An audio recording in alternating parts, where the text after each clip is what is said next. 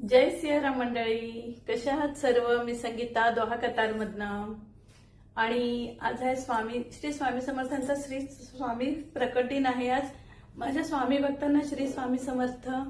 मी Sangeeta Doha कतारमधनं बोलते.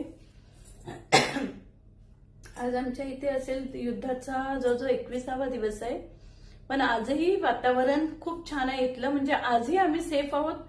आणि मी सांगायचं म्हटलं तर माझ्या परिवाराला 11,000 माझा परिवार झालाय. काल माझ्या ह्या युट्यूब चॅनलला 4 वर्ष पूर्ण झाले. आणि 4 वर्षामध्ये मी जवळजवळ 1 वर्षामध्ये खूप मोठा परिवार जमा केलेला आहे. त्याकरता तुम्हा सर्वांना कोटी कोटी धन्यवाद, लक्ष धन्यवाद म्हणाल तरी चालेल. कारण की आज तुम्ही पाहताय व्हिडिओ आणि खरंच छान वाटतंय तुम्हाला माझे व्हिडिओ, म्हणून व्हिडिओ बनवण्याचंही मला सुचतंय. मैत्रिणींनो, खरं म्हटलं तुम्ही व्हिडिओ बनवलाय की माहितीये तुम्हाला की आपल्या देशावर जे संकट आलंय त्याच्याकरता तुम्ही सप्तशतीचा पाठ चालू करा. आणि अजून एक सांगायचं राहिलं की काल मी रूम शिफ्टिंग केला. गुढीपाडवा होता ना, त्या मुहूर्तावरती मी रूम शिफ्ट केला.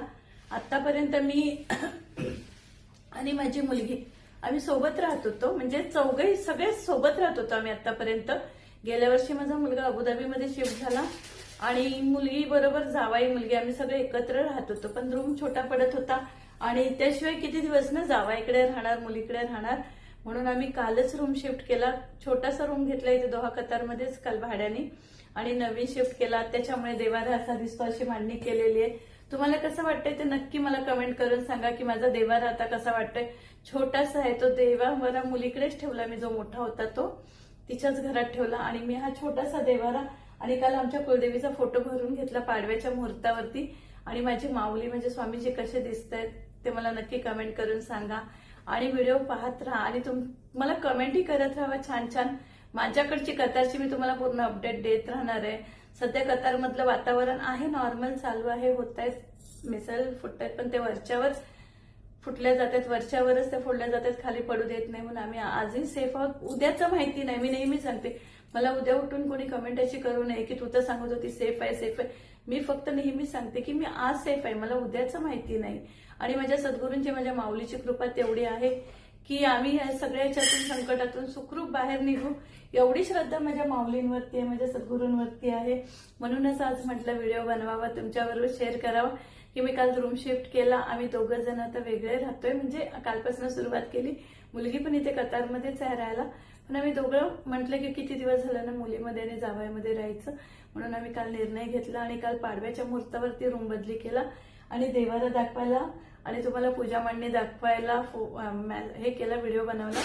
आणि माऊली मंडळी, खरं सांगते मी तुम्हाला, महिलांकरता खास विनवणी आहे. तुम्हाला बघा, तुम्ही बघता नाही बघता माहिती नाही मला ना, मी खूप ऍस्ट्रॉलॉजरवाल्यांचे व्हिडिओ बघते आणि खूप जण नेहमी सांगतात की तुम्ही सावध राहा, हे संकट येणार आहे. गेल्या वर्षापासून ते लोक आपल्याला ओरडून ओरडून सांगत होते की हे संकट येणार आहे, तुम्ही सावध व्हा, तुम्ही रेशन पाणी जमा करून ठेवा. आज तुम्हालाही माहिती आहे रेशन महाग झालंय आपल्या इंडियामध्ये.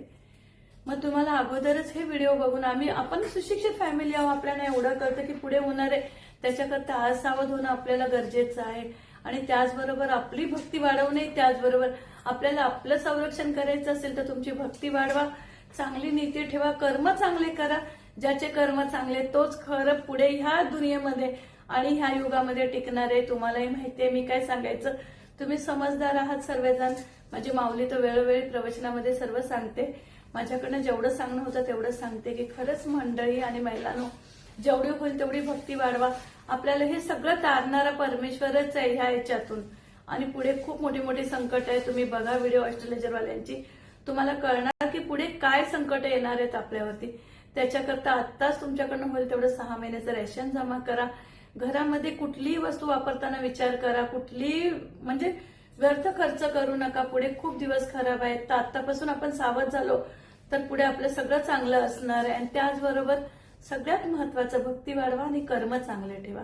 स्वप्नात पण कोणाचं वाईट चिंतू नका. माझे सद्गुरू माऊली सांगते ना, माझे रामानंदाचार्यजी सांगतात ना की स्वप्नात पण कोणाचं वाईट चिंतू नका.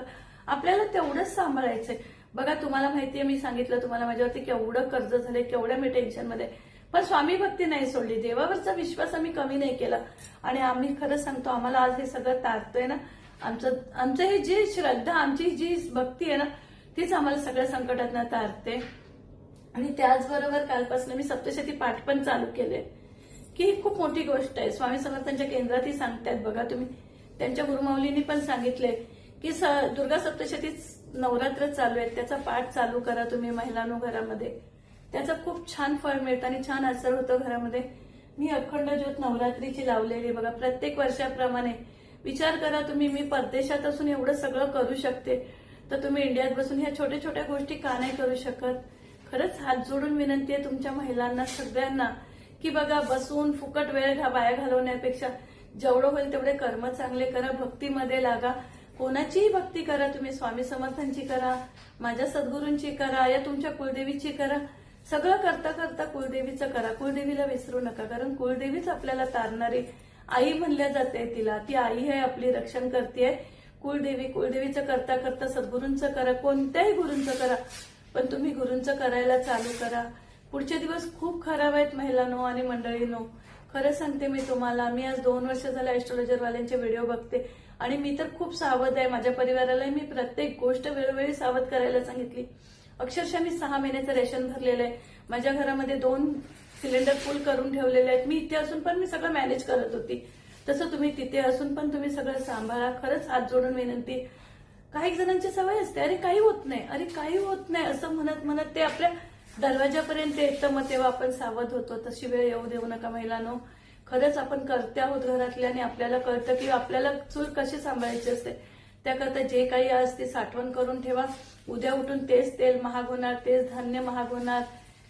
1 वर्षापासून तर 2 वर्षापासून लोक समजावून सांगतात. हे जे गुरु आहेत, जे सगळ्या संप्रदायातले जेवढे सगळे जण आहेत, बाळूमामाची भाकीत पण तुम्ही आता परवाच्या दिवशीची नाही पाहिली ते मला माहिती नाही, मी ती भाकीत पण ऐकली.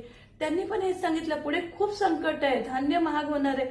मग आपल्याला कळते आपण 6 महिन्याचं धान्य का सेव्ह करू शकत नाही सांगा तुम्ही? तेवढ्यातल्या तेवढ्यात आपण 6 महिन्याचं धान्य जमा करू शकतो की पुढे उठून ते खूप पटीने महाग घेण्यापेक्षा आज तुम्ही घरात जमा करून ठेवा.